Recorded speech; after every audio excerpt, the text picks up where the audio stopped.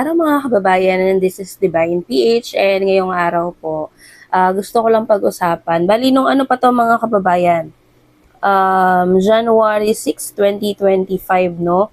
Bali, ito ay isa sa mga good news dahil nakikita talaga natin kung gaano ka-epektibong presidente, leader, si President Bongbong Marcos. So, ito po yung balita na kailan lang panigurado ako na witness nyo rin po, no? Bali, ang sabi, 220 na Pinoy na nakakulong sa UAE, binigyan ng pardon. Ayan.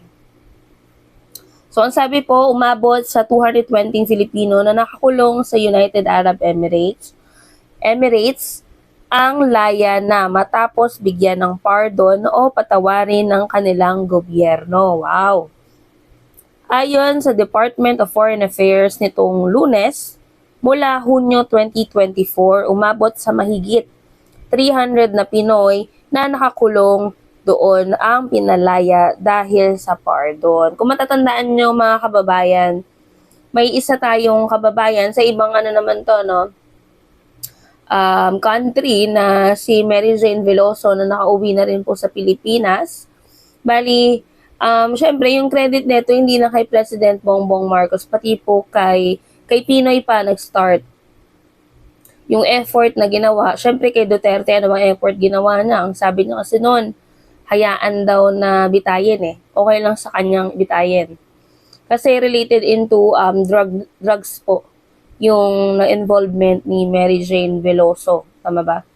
And then, syempre sa effort po ng dating administrasyon ni Aquino at ngayon administrasyon ni President Bongbong Marcos, napauwi na nga po itong kababayan natin, no?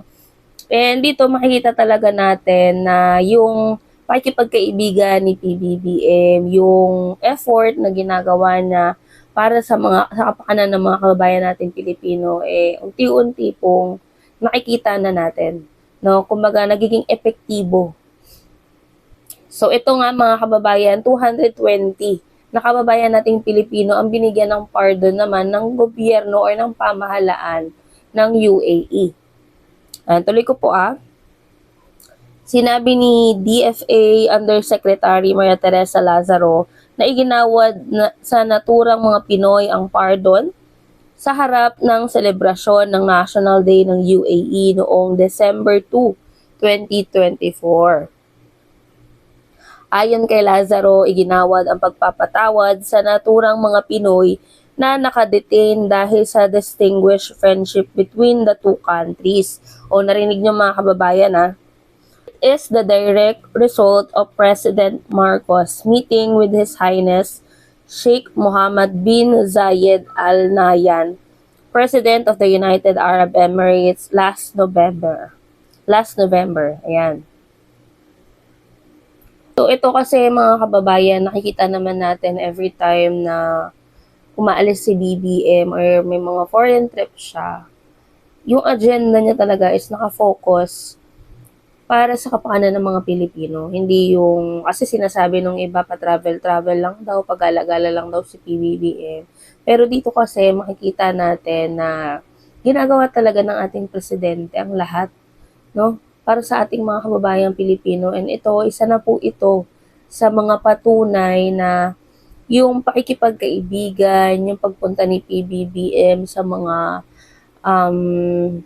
summit, yung mga imbitasyon sa kanya ng mga foreign leaders, nagbubunga na po talaga. Dahil ito nga, sabi ko sa inyo, 220 yung mga kababayan natin binigyan ng pardon ng gobyerno ng UAE. Diba? Napakalaking blessing ito sa mga pamilya po. And syempre, dito makikita talaga kung gaano yung care ng ating mahal na Pangulo sa mga kababayan nating Pilipino. Napaka-importante po yan na yung presidente natin is ang main priority talaga is yung kapakanan ng mga Pilipino, yung mga lalo na yung mga OFW natin. Alam nyo naman sa panahon natin, isa po sa ang mga OFW ang ating mga makabagong bayani, and deserve nila talaga na may pangulo na sumusuporta, tumutulong sa kanila. Naalala nyo na komentarihan din natin yung hospital po na ongoing na project ng administrasyon para sa ating mga OFW, 'di ba? Nagpapakita lang 'to na ano talaga yung dedikasyon ni PBBM na maiangat ang antas ng pamumuhay ng bawat Pilipino, hindi lamang sa mga magsasaka. Syempre kasama na diyan yung OFW at ang kanilang mga pamilya, 'di ba? Isa sa main priority ni BBM kasi is healthcare na napabayaan noon. Kaya ngayon, ayan, nagpapasalamat ako syempre kasi may mga kamag-anak din ako OFW, may kapatid akong OFW, dahil may mga gantong programa na, may mga gantong projects ang ating mahal na Pangulo na magbibenepisyo, no? Makakatulong ito para sa ating mga kababayan. So ituloy ko po. And ayon kay Lazaro, nahaharap sa iba't ibang kaso sa UAE ang mga pinatawad na Pinoy. Noong June 2024, mayroong 143 nakakulong na Pinoy ang nabigyan din ng pardon ng UAE. Parang hindi ko ito nabalitaan, pero syempre good news to mga kababayan, and maganda talaga na i-share natin, nakokomentarihan natin para maging aware itong mga kababayan natin na ay, may ganito palang pangyayari, ay may mga nabigyan pala ng pardon dahil sa pakikipag-usap, no, sa effort ni PBBM makipag-usap sa mga foreign leaders, no. Ayan, kaugnay naman sa pagdiriwang nila ng Idil Adha. Ayan. Mga nakakagawa rin lang umano ng minor offenses ang pinagkakaaloban ng pardon.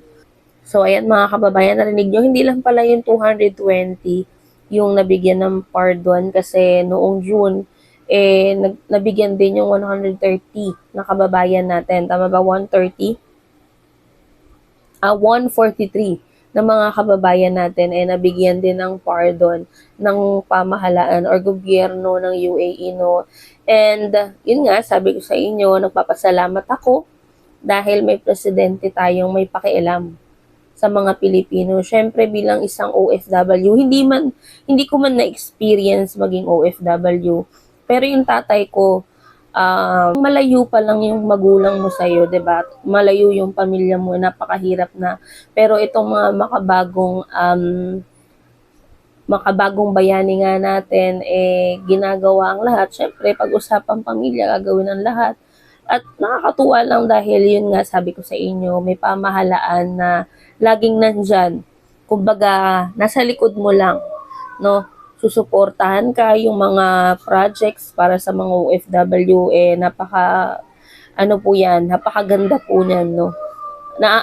Maganda na na-appreciate ng administrasyon ngayon yung mga kababayan nating OFW. So yan mga kababayan, good news yan, no?